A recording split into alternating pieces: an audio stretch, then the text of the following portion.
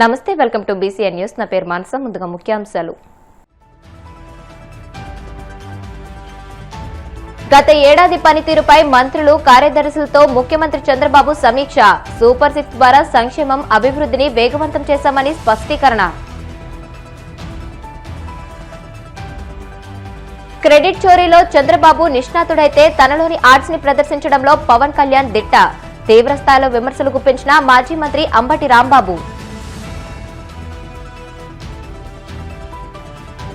తిరుమల శ్రీవారిని దర్శించుకున్న table tennis క్రీడాకారిణి నైనా జైస్వాల్. ఆలయ మర్యాదలతో స్వాగతం పలికిన అధికారులు.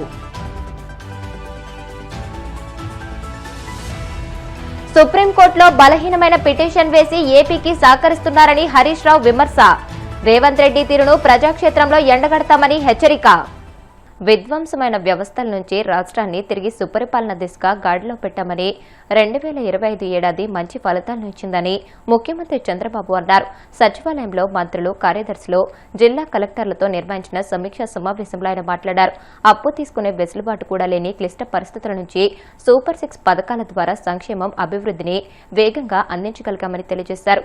ఈ స్ఫూర్తితో 2026లో మరింత కష్టపడి పనిచేసి అత్యుత్తమ ఫలితాలు సాధించాలని పిలుపునిచ్చారు.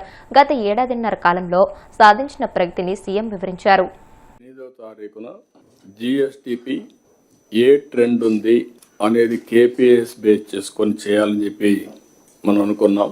అందుకే 8 వస్తే ఏ 10, 11 ఆ ప్రాంతంలో ఈ కార్యక్రమం పెట్టాలనుకున్నాం. మనకు సాటర్డే, సండే 2 days హాలిడేస్ వచ్చాయి. దానికని చెప్పి ఈరోజు మనం పెట్టుకోవాల్సి వచ్చింది. అయితే ఇక్కడ 18 నెలలు ఒక టీమ్ గాని ఎఫెక్టివ్గా పనిచేస్తే అద్భుతమైన మార్పు ఏ విధంగా తీసుకొస్తామో చేసి చూపించాం. ఇది బిగినింగ్ మాత్రం. బండి ట్రాక్ ఎక్కిచ్చాం, స్పీడ్ పెంచాలి. అది ఏ విధంగా పెంచాలనో ఇన్ కోర్స్ ఆఫ్ టైం మనమే చూస్తాం. But 2025 very kind towards us. ఇది మర్చిపోకూడదు. మనం మొత్తం వ్యవస్థలన్నీ, విధ్వంసమైన వ్యవస్థల్ని ఘాట్లో పెట్టాం. సమస్యల్ని, సవాళ్ళని అధిగమించి అడుగడుగు మనం వేస్తూ ముందుకు పోయాం. దాంతోనే మనం పెద్ద విజయాలు కూడా సాధించగలిగాం. ప్రజల ఆశల్ని నిలబెట్టుకున్నాం, నమ్మకాన్ని రీఎన్ఫోర్స్ చేసి. నాకైతే పీయూష్ గారు వచ్చి, సార్ చాలా డిఫికల్ట్ సార్, ఏం చేయాలనేవాడు. నేను ఒకటే చెప్పాను, time will solve all problems, don't bother, మీరే చూస్తారు కదని చెప్పాం. బట్ అచంచలమైనటువంటి కాన్ఫిడెన్స్తో ముందుకు పోయాం. కనీసం ఫ్లెక్సిబిలిటీ కూడా, అప్పు చేయాలంటే కూడా తీసుకునే వెసులుబాటు లేని పరిస్థితి నుంచి ఒక పక్క సూపర్ 6, అదే సమయంలో అభివృద్ధి, సుపరిపాలన, ఈ 3 కూడా ప్యారలల్గా మనం ముందు తీసుకెళ్ళాం. తల్లికి వందనం. 67 లక్షల మందికి 10,090 కోట్ల రూపాయలు సింగిల్ టైం. ఆ రోజు నేను డబ్బులు ఇవ్వాలంటే మా ఫైనాన్స్ అయితే 2 విడతలు ఇస్తాం సార్ అంటే, ఎడ్యుకేషన్ మినిస్టర్ 2 విడతలు ఇస్తే కుదరదు, ఒకే విడత ఇవ్వాలంటే ఏదైనా పర్వాలేదు ఇమ్మని చెప్పి అన్నాం. అది ఇవ్వగలిగాం. స్త్రీశక్తి మహిళలకు ఉచిత బస్సు. ఇప్పటికే మీరు చూస్తే 3,50,00,000 మంది ప్రయాణం చేశారు. 1,144 కోట్లు మనం ఖర్చు పెట్టాం. చాలా హ్యాపీగా వాళ్ళు టెంపుల్స్ పోగలుగుతున్నారు, బంధువులింట్లో పోగలుగుతున్నారు, ఫ్రీగా తిరగలుగుతున్నారు. ఈ సంక్రాంతి కూడా మంచి మూమెంట్ ఉండే అవకాశం వచ్చింది. రైతులు, ఇంకొక పక్క 46 లక్షల మంది రైతులకు అన్నదాత సుఖీభావ ఇచ్చాం.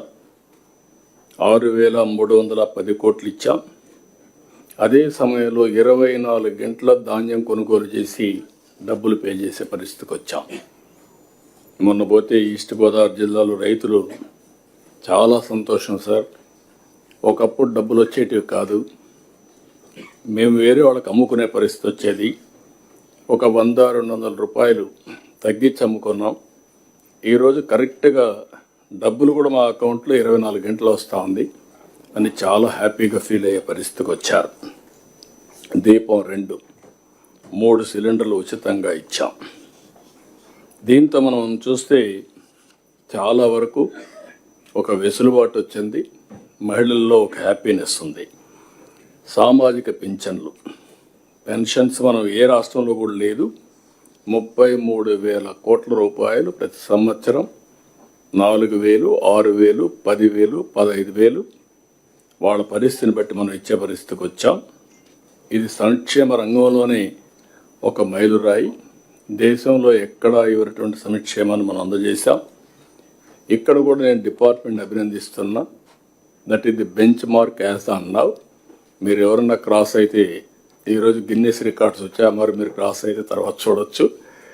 As on today benchmark public సాటిస్ఫాక్షన్లో డబ్బులు ఇవ్వడమే కాకుండా delivery, corruption free, timely, mannerism అన్నిట్లో నెంబర్ 1 వచ్చి పెన్షన్స్ డిస్ట్రిబ్యూషన్. ఆ డిపార్ట్మెంట్ మనస్ఫూర్తిగా అభినందిస్తున్న వన్ ఆఫ్ ది బెస్ట్.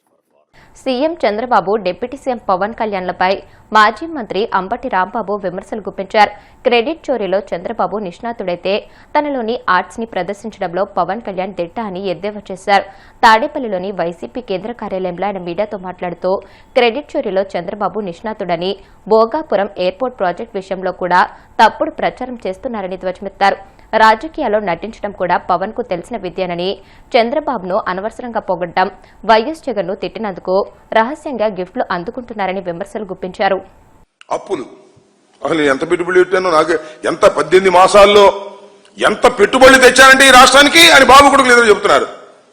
అసలు ఈ దేశంలో వచ్చినటువంటి పెట్టుబడుల్లో 25% మన రాష్ట్రానికి వచ్చేసినాయంట. కోసేస్తున్నారు కోతలు, సొల్లు పురాణాలు చెప్పేస్తున్నారు. ఎంత దుర్మార్గం మనం చేస్తున్నాం. 1914, 19 మధ్యకాలంలో ఇదే పరిస్థితి ఆయన చేశాడు. ఒక్కసారి వాటి వాస్తవాల్లోకి వెళదాం. 2014, 19 చంద్రబాబు నాయుడు గారి ప్రభుత్వం అధికారంలో ఉంది. ఇది సమాచార హక్కు ద్వారా తెప్పించుకుని తప్ప నేను చెప్పేటటువంటి సొల్లు పురాణం కాదు. చంద్రబాబు చెప్తున్న సొల్లు పురాణం లాంటిది కాదని మనం చేస్తున్నా. 2014, 19 మధ్యకాలంలో రాష్ట్రంలో అతి భారీ పరిశ్రమలకు సంబంధించి పెట్టుబడులు 50,708 కోట్ల రూపాయలు వచ్చాయి. దాని ద్వారా 84,333 ఉద్యోగాలు వచ్చాయి. ఇది 2014, 2019 చంద్రబాబు నాయుడు గారు ముఖ్యమంత్రిగా ఉన్న తరుణంలో.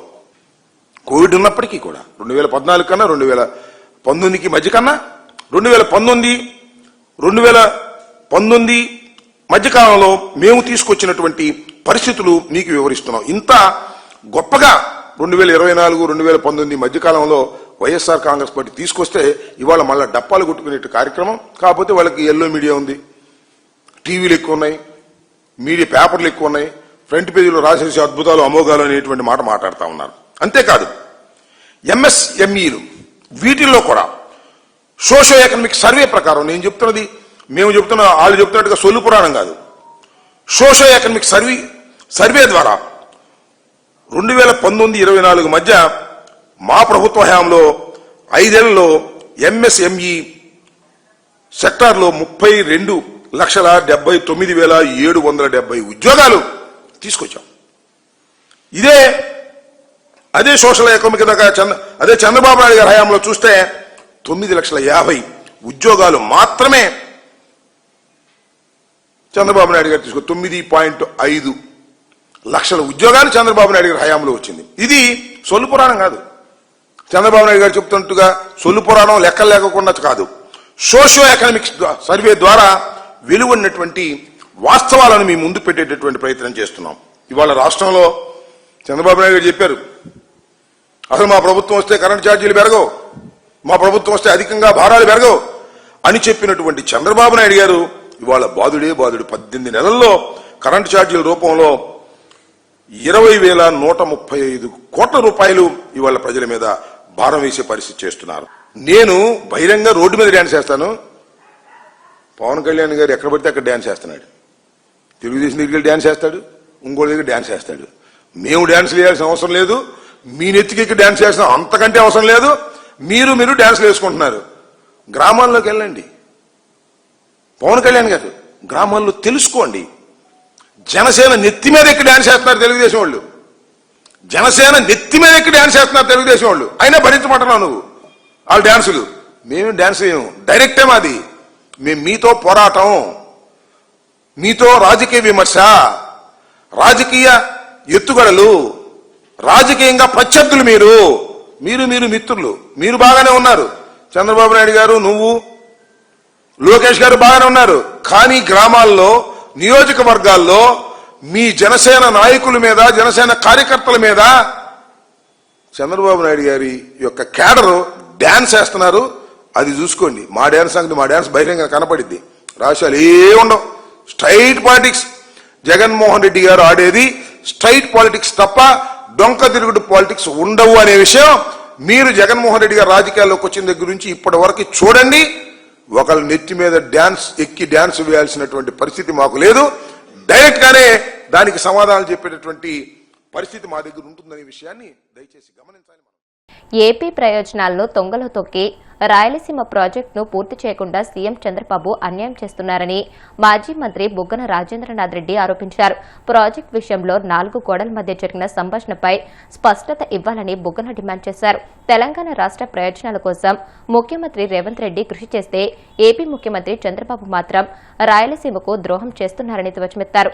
రేవంత్ రెడ్డి అసెంబ్లీ సాక్షిగా చేసిన వ్యాఖ్యలకు చంద్రబాబు సమాధానం చెప్పకుండా డొంక తిరుగుడు సమాధానమిస్తూ రాష్ట్ర ప్రజలను తప్పుదోవ పట్టిస్తున్నారని దుయ్యబట్టారు. జలవనరుల శాఖ మంత్రులు తెలంగాణ రాష్ట్రానికి సంబంధించి అంటే ఎవరెవరు అక్కడ మాజీ ముఖ్యమంత్రి కేసీఆర్ గారు అండ్ హరీష్ రావు గారు, వాళ్ళల్లో ఎవరినైనా కానీ పెట్టండి, ఇంకా ఎవరినైనా పెట్టండి, అందరు కలిసి పోయి విజిట్ చేయండి, అక్కడ పోయి పరిశీలించరండి, పనులు ఆగినాయా లేదా అని రేవంత్ రెడ్డి గారు చెప్పడం జరిగింది. అంటే ఇది ఇప్పుడు సామాన్య మానవుడు ఏమని అర్థం చేసుకోవాలా? 4 గోడల మధ్యలో చర్చ జరిగింది. ఏం చర్చించుకున్నారో ఇద్దరు రాష్ట్ర ముఖ్యమంత్రులకు తెలుసు. మొత్తం మీద రేవంత్ రెడ్డి గారు ఈ వ్యాఖ్యలు ఎక్కడ చేసినారు? అసెంబ్లీ సాక్షిగా చేస్తూ నిజ నిర్ధారణ కమిటీ వేయండి అని అంటున్నారు. అన్ని పార్టీల వాళ్ళని తీసుకొని పోయి. అంటే ఇది ఇప్పుడు సామాన్య మానవులు ఆంధ్ర రాష్ట్రంలో కానీ తెలంగాణ రాష్ట్రంలో కానీ ఈ మాటలను నమ్మాలనా లేదా? నమ్మాల్సి వస్తుంది. ఎందుకంటే అసెంబ్లీ సాక్షిగా ఒక బాధ్యత గల మనిషి, ఒక రాష్ట్ర ముఖ్యమంత్రి గారు చెప్తున్నారు ఈ మాట. పైగా మీరు పోయి పరిశీలన చేయండి అంటున్నారు, నిజ నిర్ధారణ కమిటీ వేయండి అంటున్నారు, అన్ని పార్టీల వాళ్ళని పెట్టమంటున్నారు. అంటే దీనికి పరిణామం ఏమి? రాయలసీమ లిఫ్ట్ స్కీమ్ ఒకవేళ ఆగిపోతే దాని పరిణామం ఏమి? రాయలసీమ ఈ భారతదేశంలోనే అత్యంత వెనుకబడి ప్రాంతాల్లో ఒకటి. ఇప్పుడు మొత్తము భారతదేశంలో రాజస్థాన్లో జైసల్మీర్ తర్వాత నెక్స్ట్ అతి తక్కువ వర్షపాతం ఉండేది అనంతపురం జిల్లా. గత 100 సంవత్సరాలు చూస్తే కరువు కాటకాలతో అల్లాడిపోయిన ప్రాంతం ఏదైనా ఉందంటే ఇది రాయలసీమ ప్రాంతం. ఎందుకంటే మనకు ఈశాన్య ఋతుపవనాలు కానీ నైరుతి ఋతుపవనాలు కానీ 2 కూడా మిస్ అయిపోతాయి. అందుకోసమే మొట్టమొదటి నుంచి కూడా ఇది చాలా వెనుకబాటుతనం కూరుకొని పోయిందన్నమాట. పోనీ ఇది ఇట్లా ఉండగా ఇక్కడ చంద్రబాబు నాయుడు గారు ఏమని చెప్పాలి సమాధానం? దీనికి ఇది నిజమా కాదా అని చెప్పాల్సిన బాధ్యత ఉందా లేదా? ఒకటి రాష్ట్ర ముఖ్యమంత్రి, ఆంధ్రప్రదేశ్ రాష్ట్ర ముఖ్యమంత్రి. ఎందుకంటే ఇది ఈ ప్రయోజనాలు ఎవరు? రాయలసీమ లిఫ్ట్ ప్రయోజనాలకు ఎవరికి? ఆంధ్రప్రదేశ్ రాష్ట్రానికి. రాష్ట్రం తర్వాత ఎవరికి రావాలి? ముఖ్యంగా రాయలసీమ ప్రాంతానికి. చంద్రబాబు నాయుడు గారు పుట్టిన ఊరు ఎక్కడ? రాయలసీమ ప్రాంతం కాదా? కాబట్టి ఆయనకు అదనంగా ఉంది బాధ్యత. ఇప్పుడు రాజకీయాల్లో కానీ ఏ ప్రజా సేవలో కూడా దేశానికి ఎంత మనము ప్రాముఖ్యత ఇస్తామో, రాష్ట్రానికి ఇస్తామో, ప్రాంతానికి ఇస్తామో, మన ఊరికి కూడా కదా, జన్మనిచ్చిన ఊరు. సమాధానం ఏమని ఇంతవరకు ఇన్ని రోజులైంది కదా, 10 రోజులైంది, సమాధానం ఎక్కడైనా ఇచ్చినారా? ఇవ్వకపోగా ప్రెస్ మీట్లు పెట్టడం, ప్రెస్ కాన్ఫరెన్స్లు పెట్టడం. 22 టీఎంసీనే కదా మీకు ఉండేది, దాన్ని ఏ విధంగా తీసుకుంటారు అని ఒకరు. నీటిపారుదల శాఖ మంత్రి ఆయన అయితే నవ్వుకుంటూ ఎకిలించుకుంటూ ఎవరు నీకు 15 నీకు 15 నీకు 18 అని చాలా పాపులర్ అయినాడు చూడండి. అతి ఫాస్ట్ గా పాపులర్ అయిన మనిషి ఆయన. నాకు తెలిసి రాజకీయాల్లో అంత ఫాస్ట్ గా పాపులర్ అయిన మనిషి ఆయన తప్ప ఎవరు లేరని నేను అనుకుంటున్నాను. ఎందుకు ఒకటే ఒక స్టేట్మెంట్, నీకు 15 నీకు 15 నీకు 18. ఆయన ముసిముసి నవ్వుకుంటూ ఒక రకంగా చూడాలంటే ఎకిలించుకుంటూ రాయలసీమ లిఫ్ట్ గురించి మాట్లాడుతూ ఉంటే ఏమన్నా దీంట్లో బాధ్యత ఉంది? అసలు కొద్దిగా దాంట్లో బాధ్యతతో మాట్లాడుతున్నారా? అసలు వాళ్ళు మాట్లాడే లాజిక్ ఏమన్నా ఉందా? ఇంతవరకు రేవంత్ రెడ్డి గారు చెప్పిన మాట నిజమా కాదా, ఏమన్నా మాటల్లో పొరపాటుగా అర్థం చేసుకున్నారని ఎక్కడన్నా ఒక్కరన్నా చెప్పినారు ఇంతవరకు? ఇది బాధ్యత ఎవరిది? ముఖ్యమంత్రి గారిది బాధ్యత. ఆయన వచ్చి చెప్పాలా ఇది నిజంగా జరిగిందా? ఒకవేళ జరగలేదంటే ఇది జరగలేదు, ఇది రాంగ్ అని చెప్పండి, లేదా జరిగింటే ఇది ఈ విధంగా అని చెప్పండి. ఎవరంటే వాళ్ళతో ప్రెస్ మీట్లు పెట్టించేది, వాళ్ళతో ఉన్న పుండు మీద ఉప్పేసినట్లుగా ఇంకెవరంతా రాయలసీమ ప్రజల మనోభావాలు దెబ్బతీస్తూ ఈ ప్రాంతంలో ఉండే వాళ్ళందరినీ కూడా ఒక చిన్న చూపు చూడడం జరుగుతుంది. ఇప్పుడు కాసేపు ప్రకటనలు.